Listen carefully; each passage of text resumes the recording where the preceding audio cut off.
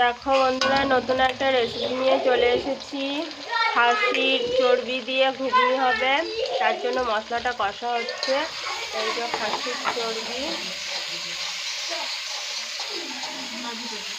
এই তো ঘুগনি মটর সেদ্ধ হয়ে গেছে, আলু কাটা, মশলা কষানো হচ্ছে।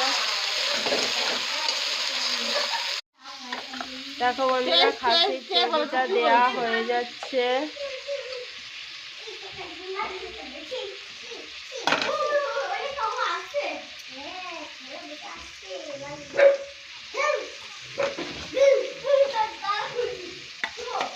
খাসির চর্বিটা দেওয়া হয়ে যাচ্ছে, এবার মশলাটা দিয়ে কষানো হবে।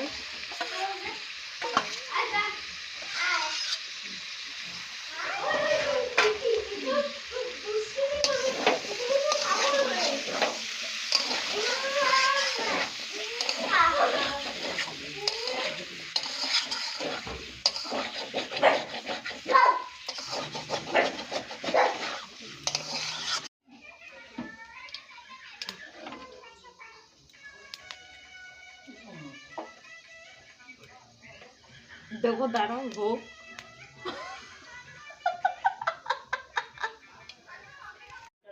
দেখো বন্ধুরা, তেল গরম হয়ে গেছে, জিরে দেওয়া হয়েছে, এবার আলুটা দিয়ে দেওয়া হবে।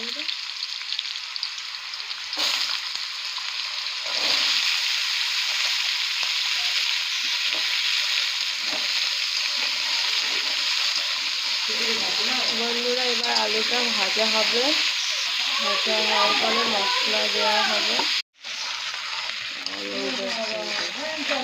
দেখো বন্ধুরা, আলুটা কষানো হয়ে গেছে।